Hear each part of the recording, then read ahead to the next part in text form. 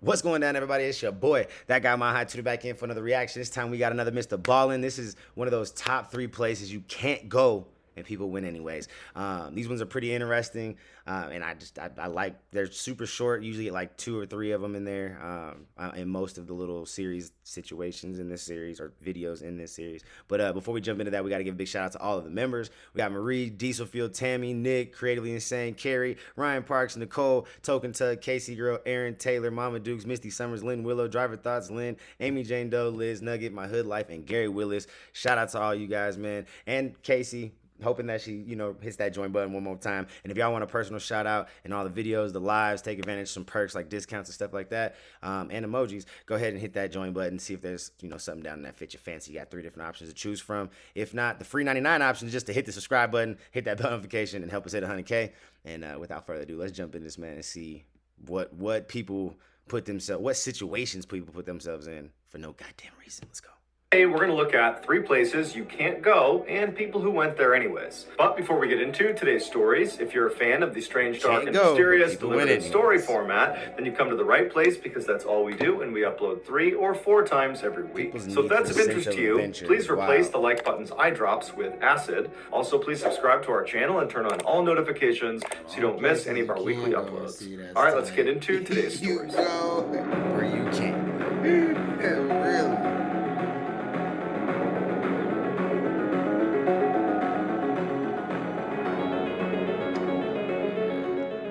In the 1960s, Alan Burkhart opened a riverfront restaurant in Beaumont, Texas. And for the next 50 plus years, his customers would eat burgers, drink beers, and on super hot days, they would jump off the pier into the river to cool down. But one day in June of 2015, while Alan was in his restaurant looking out the back window, he saw something strange in the river. When he went outside to get a better look, he noticed his customers who were eating outside had also noticed this strange thing, and now they were standing up and nervously watching it as it floated by.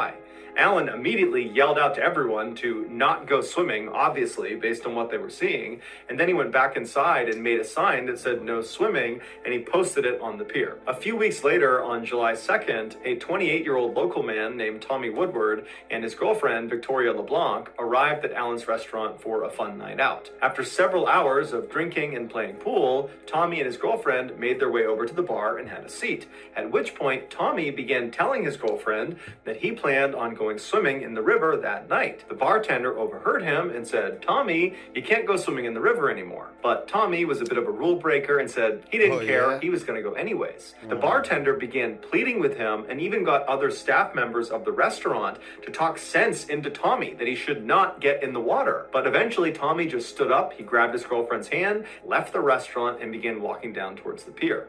The bartender at this point just kind of rolled her eyes and thought, I can't do anything to stop him, and so she went back to her bartending duties. When Tommy and Victoria got down to the pier, the black water was quiet and calm as Tommy took off his shirt and removed his valuables from his pockets. Right before Tommy was about to jump into the water, Victoria stopped him and said she thought she saw something moving underneath the pier.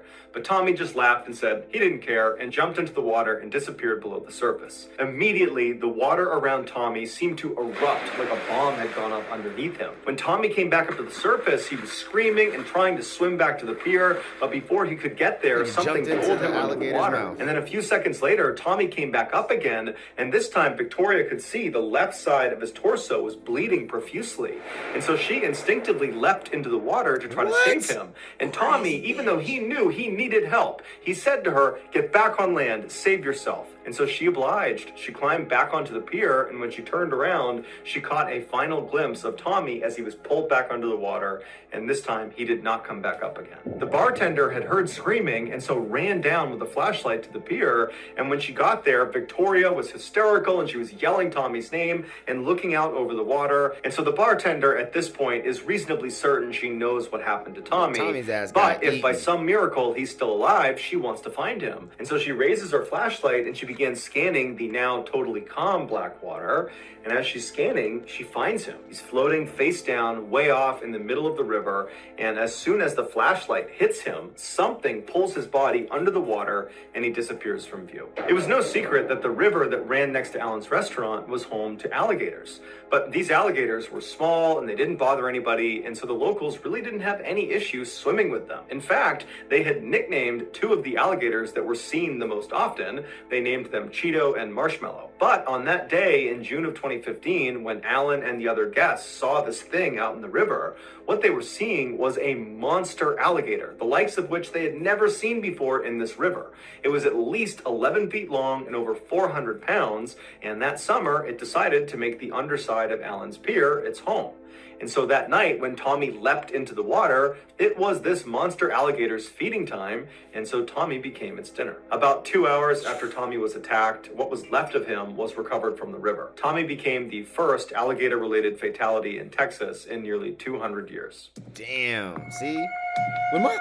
Just follow the goddamn rules, people. Shit. I mean, certain kinds you gotta weigh the situation. You know what I'm saying? The risk reward factors and everything else. I'm just saying, god damn. Just north of San Francisco, California, lies Lake Berryessa, which is a massive freshwater reserve that provides drinking water and hydroelectricity to hundreds of thousands of people. The lake is not a natural occurrence. A dam was built in the area in the 1950s, and after it was in place, the water that pooled above it became Lake Berryessa. During the dam's construction, the engineers realized the structure would not be enough to keep all the water in if the lake were to flood. To solve this problem, the engineers installed what's called a spillway in the middle of the lake.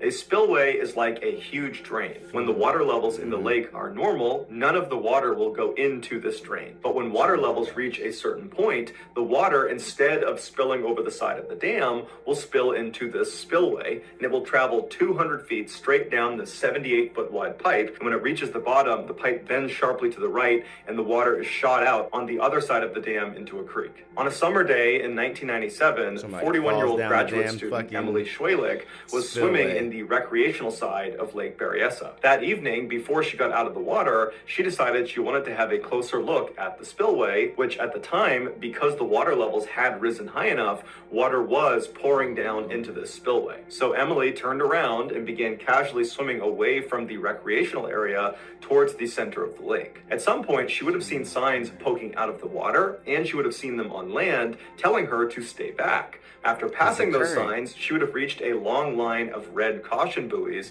that were the last line of defense to try to keep people back from the spillway. But Emily went under those buoys and continued on towards this huge drain. Meanwhile, the other swimmers that had seen Emily take off towards the middle of the lake, they didn't think she would actually get close to the spillway. Nobody went close to the spillway, and so nobody tried to stop her. Around 6:10 p.m., Emily made it to right before the edge of the spillway. It would have been deafeningly loud as 360,000 gallons of water poured over the edge into the spillway every second. Emily most likely was trying to get right up to the edge and then grab that outer cement lip and kind of anchor herself and then lean over the edge and get a look down into the hole. But what ended up happening is as she got closer and closer to the edge, the current picked up so dramatically that it began pulling her down into the hole.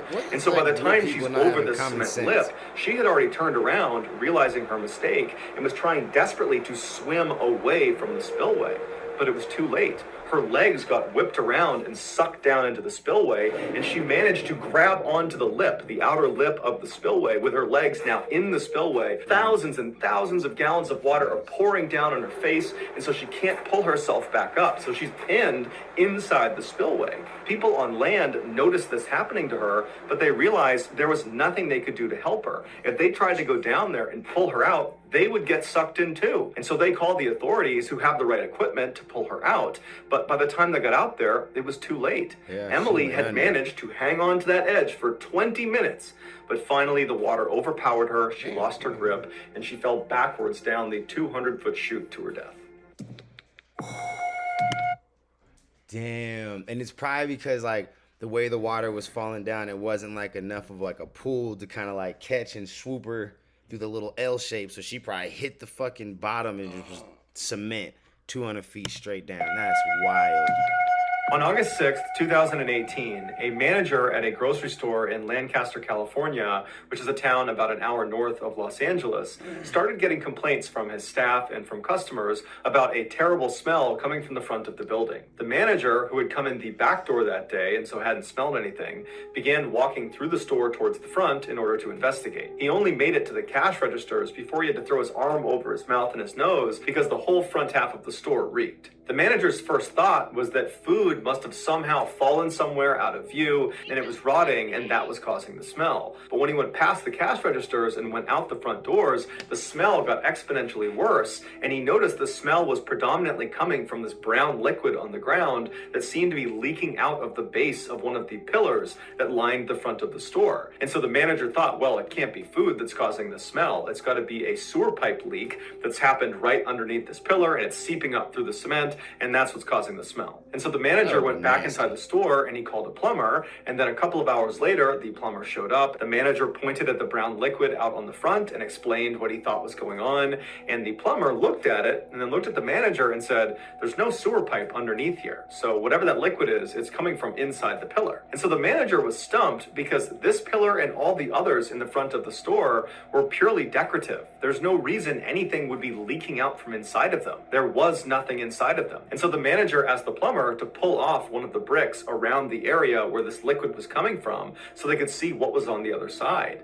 And so the plumber got his crowbar and he began prying off one of the bricks. And then once it was loose enough, he pulled the brick away, revealing an opening into the pillar. And the two men got down and they looked inside, and what they saw horrified them. And they immediately backed up and they called the police. 5 days earlier, a 35-year-old man named Ray Rivera was pulled over by Lancaster, California police on suspicion of driving a stolen vehicle. As soon as the officer got out of their cruiser and began approaching Ray's vehicle, Ray peeled off down the road, turned the corner, and was gone. The officer immediately got back in their cruiser and took off after Ray, but he had gotten a huge jump start and he had fled into a highly populated and busy area where it would be relatively easy to blend in and disappear. The officer called for backup, and before long, there were dozens of other cop cars in the area looking for Ray, but no one could find him. A little while later, the police heard over the radio that a car matching the description of the one Ray had been driving had just crashed into a local grocery store. And so the police head over to the grocery store, and sure enough, there's Ray's white pickup truck crashed into the side of the building, but Ray is nowhere to be found. The police began asking witnesses at the store if they had seen the man driving the white pickup truck, and a few said they had. They said after he crashed, he leapt out of the vehicle and he ran inside the grocery store and then went up a flight of stairs to the staff-only area. The police went inside the grocery store and searched the staff-only area, and they searched the rest of the grocery store, but he wasn't there. And so they assumed at some point after going inside, he managed to slip back out again and had escaped on foot. And so the police, just as a precaution, stayed outside of this grocery store for several more hours in case if Ray was in there, they would catch him trying to leave. But after a couple of hours, he never did. And so they put out a warrant for his arrest and they left. Well, it would turn out Ray had run inside the grocery store, but he had never left. After running up to that staff-only area, he found a crawl space and he hid inside of it for several hours until the police left. And then at some point that evening, he decided he wanted to find a better hiding spot, and so he made his way onto the roof. Now, it's not entirely clear how he did that. Either the crawl space he was in directly connected to the roof, or he got out of the crawl space and then found his way onto the roof another way. But regardless, he found his way onto the roof, and when he got up there, he realized the roof was totally flat until you got to the very front edge of the building, the part that looked down into the parking lot. There, on the roof, was this small structure that was built up just on the front end of the roof that gave the impression from the parking lot looking up that this building was a lot bigger than it really was. On the backside of this phony structure was a door that was accessible from the roof. Ray saw this access door and ran over to it. He tried the handle and it was unlocked. So he opened it up and he went inside. Now, this attic-like space that sat on the front of the building really didn't have that much of a purpose to it. However, it did provide access to the insides of all of the pillars that lined the front of the store. And so it's believed that Ray, as soon as he walked inside, saw these openings and believed one of them would be the perfect hiding place. And so he lowered himself feet first into one of these hollow chutes. He got his feet and his legs, his hips, and most of his torso into this tight 9-inch by 17-inch space, but his shoulders were too broad. They would not fit into the pillar. And so he raised one arm over his head and he kept his other arm pinned by his side in order to make himself as narrow as possible. And this worked. Inch by inch, he began sliding deeper and deeper into this 2-story tall pillar until he was completely out of sight. But as soon as his shoulders had gone down into that pillar, he would have realized he had made a grave mistake. With one arm pinned above his head and the other pinned by his side, he would not have been able to pull himself back up out of this narrow space. He was stuck. And so he probably began squirming and trying to use his feet to try to get back up into the attic space, but all of that movement only made him slip farther and farther down into this pillar until his feet touched the ground at the absolute bottom. And so not only is he already in this totally compromised position that would have made it hard to breathe, he was also in such a narrow space that the walls of this pillar literally were crushing his chest, making it nearly impossible to get a full breath of air. And when he screamed out for help, nobody would have heard him because he was entombed inside of multiple layers of cement and brick. Also, making an already horrible situation that much worse, Lancaster, California was experiencing a very significant heat wave that month. And so all day long, the sun would have been blazing down on the outside of that pillar, heating up the inside like an oven. 5 days after Ray got trapped, the plumber removed that brick on the pillar, and he and the store manager bent down and looked, and they saw Ray's leg. The smelly brown liquid that had been coming out of the pillar that had alerted everyone to this in the first place was purge fluid, which is something that comes out of a decomposing body. So that's going to do it, guys. If you found the secret in today's episode, let us know in the comments section what it is. Damn, man, that's nuts. Man, stay out of tight places. That's all I can say about that one. Holy shit. Anyways, man, y'all let me know what you thought about that down in the comments below. That was definitely some terrible nonsense right there, gotta say. And yeah, there's not a whole lot more to be said about that. So yeah, catch you on the next one. Peace.